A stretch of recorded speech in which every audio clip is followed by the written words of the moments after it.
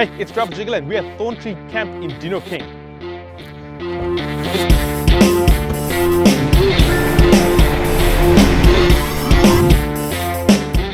Dinokeng is on the northern border of Gauteng. It's a straight drive up the N1 from either Joburg or Pretoria. Take the Hammanskraal off ramp and you're basically there.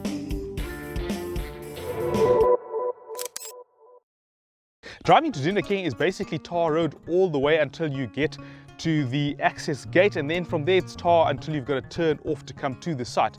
And then that's just a couple of kilometers of dirt road, but it is a very corrugated road, so it's quite slow going if you don't have a vehicle that's good for driving over gravel roads.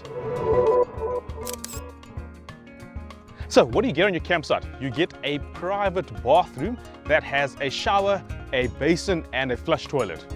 The bathroom is not directly in the campsite, it's just a very short walk to the bathroom from your campsite, a couple of meters. There are generally two bathrooms adjacent to each other for two campsites, and they are marked according to the campsite, but they are right next to each other, so that may cause a little bit of confusion, but it is clearly marked. There is electricity on each campsite, and that's a normal 15 amp plug type setup. The electricity is located on the outside of the camp as you enter into it, so if you're gonna set up a distance from there, then you need a relatively long cable. There's a nice braai on the site, so you get a braai with a braai grid on it. However, this is relatively high off the ground, so it doesn't serve as a fire pit as well. There is no fire pit on the site. There's also potable water on the site. The water here is groundwater and it is drinkable. Although there's no light at the site itself, the bathrooms do have lighting. Hot water in the bathroom or to the shower in particular is from a gas-fired geyser. The basin has cold water only. So there are two sets of sites. There are 3 sites that are for 6 people or less, and then there are 3 sites that are slightly larger that will take larger groups. We're in a site called Kudu, and that's a site for 6 people, which fits us pretty well. We don't have a trailer or a caravan, so we fit into this area quite easily. I think if you had a trailer or a caravan, it would take up a bit more of the site, and you probably couldn't easily fit 6 people, although I think you could with a bit of a squeeze. If you have caravans or large trailers, then I definitely recommend that you request one of the larger sites. When you make your booking, they pre-assign the site based on your description, so they do seem to decide what would be the best site for the type or the number of people and type of camping setup that you have. The sites do have shade, and that's on the periphery of the site, not in the middle of the site. So in the middle of the day, there's not that much shade in the site, but there is sufficient shade in the morning and in the afternoon as well. The sites are not lawned, so there is a little bit of grass on the site, the natural vegetation, but that of course is cleared out as well. So this is not a lawned site. For kids, there's a trampoline on site. There's also a swimming pool, so that'll keep your kids entertained through most of the day. So we love camping and we always go camping, and we prefer to camp as remotely as possible. On this site, however, there are permanent tented camps as well, so you can arrange to have those if you don't want to set up your own camp. There are also individual dustbins at each site for your trash. In the wintertime, the bush does get quite dry here, so it's probably prone to fires and that sort of thing, but there is a fire extinguisher on the site, which does give you a little bit of peace of mind. There's a kiosk on site where you can get some basics, so you can get things like ice and wood and drinks and snacks and that sort of stuff. There's also a restaurant here, but you've got to let them know in advance if you're going to be eating so that they can plan for you. If you need more in terms of purchaseables, then there is a set of shops within Dinokeng that are easily accessible from here. It's just a couple of minute drive. If you really need to go and buy a lot of stuff, then you go to Hammanskraal, which is about a 20-minute drive from here. Besides the restaurant on the site, there are a number of restaurants within Dinokeng too. So if you go out on the game drive, then you can probably have your breakfast or lunch somewhere else if you really want to do that. Of course, you can make arrangements here as well. You can access Dinokeng quite late in the night, and if you want to arrive here late, then you've got to make those arrangements with the management of the site.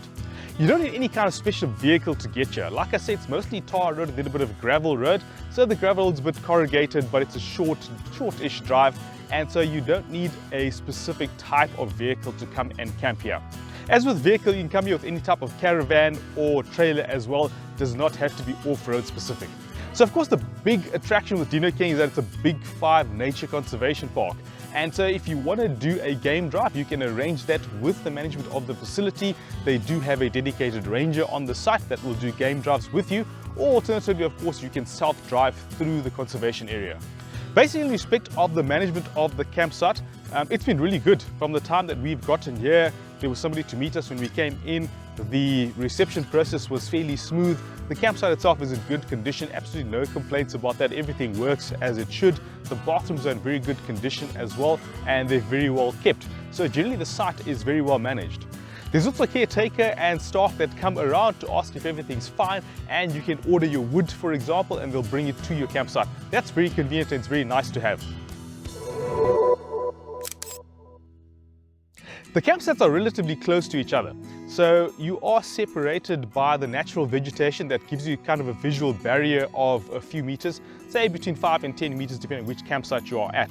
However, sound-wise there isn't much of a barrier, so it can be a little bit crowded in that sense. So for us who like remote camping where it's almost always really quiet, this has a little bit more of a resort feel to it. So in this case here, we could hear our neighbors, for example, throughout the time that we were here, and perhaps they're just a bit more sociable than we're used to. So, I think that's something to be aware of. Possibly if you come here on a different day with a different set of neighbors, it would be very quiet. It is also close to the tented camps, and for example, there was a bit of music the night before, so I'm not sure if that is allowed. I think it's not allowed, but maybe then it's an issue of enforcing the actual camp rules. But besides that, I don't think there was any other intrusiveness. There is a road that runs close to the campsite as well, so there's the occasional vehicle that goes up and down. But other than that, I have no complaints about the feeling of being away out in the bush. Notably, this is a fence camp, and they do have unfenced off-grid campsites as well, so we will probably be checking those out at some point in the future. So what type of camper is this for? I think if you are living really closely by Pretoria, Johannesburg, etc., and you want to go out quickly for the weekend, then this is a great spot to come to. You don't need any specific type of vehicle to get here. You need a very basic camping setup. If you've got a tent and all your camping basics, then this is the perfect site for you. I think one of the advantages of a place like this here is that if you are a group of people, that includes people that like camping and people that prefer to stay in a permanent tented camp, it's a great spot to come to as a group in that sort of situation, because you can separate yourselves as you please. And of course then there is a restaurant on site and a swimming pool and so on, so it is quite sociable in that respect. If you prefer really quiet or remote bush camps, then this is maybe just a little bit too social for that there. I think the campsites are just a little bit too close, and there's just maybe a little bit too many people within the area that you are camping in, so it's probably not ideal for that type of camper. Booking is done via the website or via email, and I will leave a link below in the description. So, quick recap, what is here? There's a well-appointed bathroom with a hot shower, a flush toilet and a basin as well. There's a braai stand, there's potable water, there's a dustbin, there's electricity, but there is no lighting except in the bathroom itself, which has lighting. There is some shade, there's a kiosk, and there's a restaurant. There's a swimming pool and a trampoline, and there are also game drives that you can arrange with the management. So, would I recommend this campsite? I think if you are wanting to get away quickly for the weekend, then this is a great spot to come to. If you don't mind a bit of sociability, or if you are sociable yourself, then this is probably a great campsite to come to. If you're looking for a bit more remoteness and so on, it's not ideal. It's still pretty good that you're in a nicely bushed area, and also that you're in a Big 5 park. So would I recommend it? Yes. We certainly enjoyed our stay here, and we will come back to try the off-grid campsites as well.